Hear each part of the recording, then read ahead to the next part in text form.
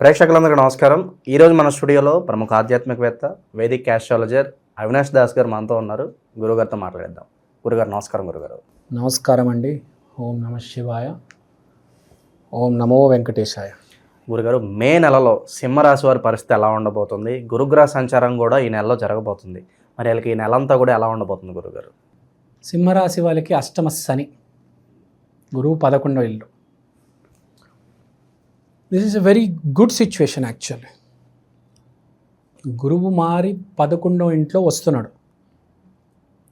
11వ ఇంట్లో ఎవరు వెళ్తున్నారు? 11వ ఇల్లు ఏంటి? వరాలు,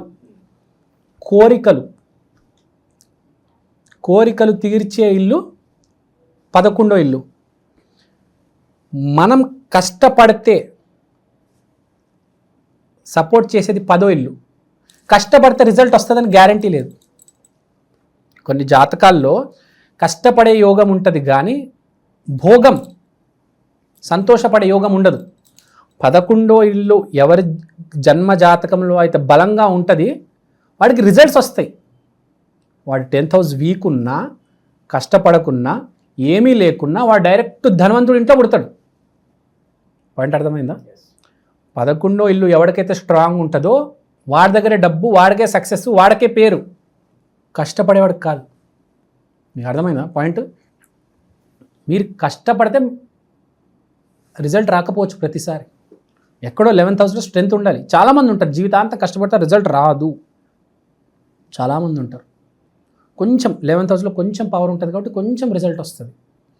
కొండంత కష్టపడతారు, చీమంత రిజల్ట్ ఉంటుంది. కొంతమంది చీమంత కష్టపడతారు, కొండంత రిజల్ట్ ఉంటుంది కదా. ఇక్కడ పాయింట్ ఏంటి? 11వ ఇంట్లో ఎక్కడో గురువు వచ్చాడు అంటే ఏంటి? గురువు చెప్పింది వింటే డబ్బు నీది. ఒక గురువుని మన జీవితంలోకి తెచ్చుకుంటే సక్సెస్ నీది. గురువు ఉన్నాడా నీకు సక్సెస్ వస్తుంది. నువ్వు సాఫ్ట్వేర్ కంపెనీలో ఉన్నావు, మీ టీం లీడర్, మీ ప్రాజెక్ట్ మేనేజర్ చెప్పింది విన్నావా, నీ జీవితం సెటిల్ అయిపోతుంది ఈసారి. సో వీళ్ళు ఎవరో ఒకరిని గురువుగా భావించి వాళ్ళ పాత్రలో నడవాలి, వాళ్ళు చెప్పినట్లు వినాలి. నువ్వు ఒక టూల్ నేర్చుకున్నావు నాన్న, ఒక టూల్ నేర్చుకొని వెళ్ళావు, ఒక 60-70 వేలు. అక్కడ గురువు ఉంటాడు. గురువు నిన్ను ఎక్సెప్ట్ చేశాడు శిష్యుడిగా, నీకు ఇంకో 5 టూల్స్ నేర్పిస్తాడు. 4 lakhs అయిపోతుంది నీ శాలరీ. లేకపోతే ఆ 40,000 50,000 దగ్గర ఉండిపోతావు. గురువుని ఏర్పరచుకో. గురువు నీ జీవితంలో వచ్చే అవకాశం ఈసారి. మన జీవితంలోకి గురువు వస్తున్నాడంటే నీ జీవితం బాగుపడుతున్నట్టే. గురువు కోసం వెయిట్ చేస్తూ ఉంటారు, గురువు బలం కోసం. ఇప్పుడు గురువే నీ దగ్గరికి వస్తున్నాడు. గురువు 11వ ఇంట్లో కోరికలు తీర్చే ఇంట్లో వస్తున్నాడు కాబట్టి గురువు వచ్చినప్పుడు కాళ్ళకు దండం పెట్టి, 2 చేతులైతే దండం పెడితే బాగుంటుంది. లేకపోతే జీవితం సర్వనాశనం అవుతుంది. తర్వాత అష్టమ శని ఉన్నాడు అంటే కష్టపడితే రిజల్ట్ వచ్చే ఛాన్స్ ఉంది. అష్టమ శని అంటే విపరీతంగా పగలు రాత్రి కష్టపడతాడు, కానీ సక్సెస్ ఇచ్చేది ఎవరు? గురువు హెల్ప్ తీసుకుంటే సక్సెస్ వస్తుంది. సో 2 కాంబినేషన్తో వీళ్ళకి సక్సెస్ రావచ్చు. అట్టర్ ఫ్లాప్ కూడా అయిపోవచ్చు. గురువు అనుగ్రహం లేక, ఎలా కష్టపడాలో తెలియక ఉన్న జాబును కూడా నాశనం చేసుకొని రోడ్డు మీద పడే అవకాశం కూడా ఉంది. అలాంటి వాళ్ళు చాలామంది గొప్ప వాళ్ళు ఉంటారు. అన్నీ పాడు చేసుకొని రోడ్డున పడి నిరుద్యోగంగా మిగిలిపోయి చివరికి ఊరు వెళ్ళిపోయి అక్కడ ఏడ్చుకుంటూ అలాంటి వాళ్ళు కూడా ఉంటారు భూమి మీద. కాబట్టి ఈసారి గురువు అనుగ్రహం, దత్తాత్రేయ, దక్షిణామూర్తి, రాఘవేంద్ర స్వామి, దత్తాత్రేయ గుడికైతే థర్స్డే రోజు కంపల్సరీ వెళ్ళాలి. అష్టమ శని ఉంది. నేను నాశనం చేసే యోగం కూడా ఈసారి రెడీగా ఉన్నాడు ఒకటి నేను నాశనం చేయడానికి. నువ్వు నాశనం అయిపోతావా, బాగుపడతావా, 2 నీ చేతిలో ఉన్నాయి. చాలా చిన్న డిఫరెన్స్. మీ గురువుని తురై అంటే అయిపోయింది, ఫినిష్, నీ జీవితం అయిపోయింది. మీ గురువు కాలు పట్టుకొని ఏడుస్తే చాలు, నీ లైఫ్ సెటిల్, నీ జీవితం సెటిల్. కోట్లు విల్లాలు, బంగ్లాలు, హెలికాప్టర్ దాకా వెళ్ళిపోవచ్చు. ఇప్పుడు విరాట్ కోహ్లీ ఉన్నాడండి, వాళ్ళ గురువు కంటే గొప్పవాడా అంటే ఆటలో వాళ్ళ గురువు కంటే గొప్పవాడే, అందరికంటే గొప్పవాడు. కానీ గురువు రెస్పెక్ట్ ఇచ్చి మీరే నా దైవం అని చెప్పి అంత వాళ్ళ గురువు పేరు, విరాట్ కోహ్లీ గారు గురువు పేరు ఉన్నారు, రాజేష్ శర్మ సంథింగ్ అతని పేరు, I'm really sorry I forgot. అతను గురువుకి రెస్పెక్ట్ ఇచ్చారు, ఇప్పుడు కూడా ఫోన్ చేసి మాట్లాడతారు విరాట్ కోహ్లీ గారు. కాబట్టి అంత సక్సెస్ ఉన్నారు ఆ మనిషికి. వాళ్ళ భార్య అంటే అనుష్క శర్మకి, వాళ్ళ భార్య అంటే శుక్రుడు, గురువు అంటే ఇంకా వాళ్ళ క్రికెట్ కోచ్. వీళ్ళిద్దరికి రెస్పెక్ట్ ఇస్తున్నాడు కాబట్టి దేవుడు అంత ఆకాశం మీద పెట్టాడు అతన్ని. వేల కోట్లలో ఉన్నాడు ఇవాళ. విరాట్ కోహ్లీకి ఆట వచ్చే ఆట రాత తర్వాత అతనికి ఎంత ఆట వచ్చు మనకు తెలుసు, కానీ నంబర్ 1 పొజిషన్లో ఉన్నాడు ఇవాళ అతను. అర్జున్కి ఒక గురువు ఉన్నాడు, అతని పేరేంటి? కృష్ణుడు. అర్జున్కి కృష్ణుడు ఉన్నాడు కాబట్టి సక్సెస్ అయ్యాడు. కర్ణుడు అర్జున్ కన్నా ఎక్కువ టాలెంట్ ఉన్నా ద్రౌపది చీరహరణం చేద్దామని ఐడియా ఇచ్చింది ఎవరు?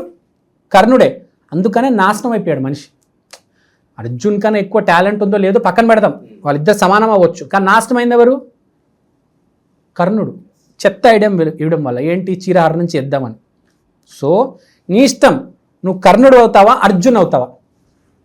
కర్ణుడు అయ్యి నీ గురువుని ఇన్సల్ట్ చేస్తావా, లేకపోతే ఓ విరాట్ కోహ్లీ లాగో అర్జున్ లాగో కృష్ణుడిని పక్కన పెట్టుకుంటావా? నీ ఇష్టం. బాగుపడతావా నాశనం అవుతావు, రెండే ఆప్షన్స్ ఇస్తారు. సర్వం నాశనం అవుతావు, లేకపోతే ఇంకా పదవి ఎక్కేస్తావు, నీ తల మీద కిరీటం పెట్టేస్తారు. నీ ఇష్టం. రెండిట్లో ఏదైనా జరగచ్చు. ఓకే. ఇక మనీ ఫ్లో ఎలా ఉంటుంది గురుగారు వీళ్ళకి? సో అతివృష్టి అనావృష్టి అంటారు. నేను చెప్పినట్టు అప్పులైపోయి అప్పుల వాళ్ళందరూ మీ ఇంటికి వచ్చి డోర్ కొడతారా, లేకపోతే రివర్స్ నువ్వే కోట్లు సంపాదించి అప్పులు ఇస్తావా? నీ ఇష్టం. అంటే బాగుపడతావా నాశనం అయిపోతావా? ఆ పునుగులు వండి పెట్టుకుంటావో ఇడ్లీ వండి పెట్టుకుంటావో, నీ స్థాయికి తగ్గ నీ జాతకానికి పెట్టి అందరితో మర్యాదగా మాట్లాడతావా వచ్చిన వాళ్ళతో, లేకపోతే అందరితో గొడవ పెట్టుకొని పేచీలు పెట్టుకుని చివరికి షాపే మూసిపడేస్తావా? నీ ఇష్టం. వచ్చిన వాడికి మర్యాద ఇస్తే, సింహరాశి వాడు ఈసారి మర్యాద ఇస్తే బాగుపడతాడు. యాటిట్యూడ్ చూపిస్తే మొత్తం డౌన్ఫాల్, యాటిట్యూడ్ చూపిస్తే నాశనమే. ఓకే. మరి ఇక విద్యార్థుల పరిస్థితి ఏంటంటారు? విదేశీ ప్రయత్నాలు వీటి పరిస్థితి ఎలా ఉంది? విద్యార్థుల పరిస్థితి చాలా బాగుంది, especially upper education, higher education అంటే పిహెచ్డి, ఎంటెక్, ఎండి, వీళ్ళ పరిస్థితి చాలా బాగుంది. తర్వాత హయ్యర్ ఎడ్యుకేషన్ ఎవరైతే ట్రై చేస్తున్నారో వాళ్ళకి కొంచెం ఎలా చెప్పాలి, నేను అప్స్ అండ్ డౌన్స్ ఉంటాయి. ఇమ్మీడియట్గా సక్సెస్ రాకపోవచ్చు కానీ ఫ్యూచర్లో మీకు బాగుంటుంది. ఇక ఆరోగ్యపరంగా ఎలా ఉంటుంది? వైవాహిక జీవితంలో ఏమైనా ఇబ్బందులు వచ్చే అవకాశాన్ని కనిపిస్తుందా గురుగారు? సో వైవాహికంగా చిన్న గొడవలు రావచ్చు, దాంట్లో డౌట్ లేదు. ఎందుకంటే శుక్రుడు 8వ ఇంట్లో, సూర్యుడు 10వ ఇంట్లో ఉన్నాడు కాబట్టి no problem, health is fine, all is well, no need to worry. ఇక శుభకార్యాలు జరగడానికి కుదురుతుందంటారు, లేదంటే కాస్త టైం మీరు వెయిట్ చేయాల్సిన పరిస్థితి ఏమైనా కనిపిస్తుందా గురుగారు? సింహలగ్నము, వృషభ రాశి, వీళ్ళకి సంవత్సరం మంచి టైమే చెప్పుకోవచ్చు. మీరు కొంచెం పాజిటివ్గా ఉంటే చాలు, మంచి మార్గంలో ఉంటే. జనరల్గా మనిషి ఎలా ఉంటాడంటే 60% పాజిటివ్ ఉంటాడు, 40% నెగిటివ్ ఉంటాడు. ఈ రేషియోలో ఉంటే బాగుంటుంది. పాజిటివ్ ఎక్కువ ఉంది, నెగిటివ్ తక్కువ ఉంది. కానీ ఇంకో రేషియో ఉంటుంది, 40% పాజిటివ్, 60% నెగిటివ్. ఇది ఇబ్బందులు క్రియేట్ చేస్తుంది. సో ఆ నెగిటివ్ తగ్గించుకొని, ఏ మనిషి అంత పాజిటివ్ ఉండడు, ప్రతి మనిషితో పాజిటివ్ నెగిటివ్ ఉంటుంది. సో ఆ నెగిటివిటీ తగ్గించుకొని కొంచెం పాజిటివిటీ పెంచితే, వృషభ రాశి, సింహలగ్నం ఈ రెండు ఈ సంవత్సరం పెళ్ళయ్యే యోగం విపరీతంగా ఉంది. పెళ్ళి, ప్రేమ అన్నీ సక్సెస్ అవుతాయి విత్ కెరియర్. వృషభ రాశికి కొంచెం ఈజీగా ఉంటుంది, సింహలగ్నం వాళ్ళకి కొంచెం ఒక కండిషన్ ఉంటుంది, గురు మర్యాద, సూపర్ సక్సెస్ ఇద్దరు. ఈ సంవత్సరం ఇద్దరికి బాగుందంటే నేను వీళ్ళకే చెప్తా ఫస్ట్. తర్వాత వీళ్ళు గురు రెమెడీ చేసుకుంటేనే బాగుంటుంది. గురువుకు సంబంధించిన రెమెడీ అంటే దత్తాత్రేయ, దక్షిణామూర్తి, స్పెషల్గా సింహం కాబట్టి దక్షిణామూర్తిని ఎక్కువ ఆరాధించాలి వీళ్ళు. పూర్తిగా గురువు ధనస్సు రాశి అంటే దత్తాత్రేయ, ఇక్కడ సింహం కూడా కలిసి ఉంది కాబట్టి దక్షిణామూర్తి దగ్గరికి వెళ్ళాలి.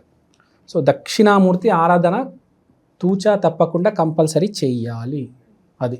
సో మనము ఇప్పుడు రెమెడీస్ చెప్పేశాము, వైవాహిక జీవితం చెప్పేశాము, ఆరోగ్యం ఎలా ఉంటుంది చెప్పేశాము, కెరీర్ ఎలా ఉంటుంది చెప్పేశాము, స్టూడెంట్స్కి ఎలా ఉంటుంది చెప్పేశాము, అంతా బాగుంది. So no need to worry, take care, all is well, God is with you.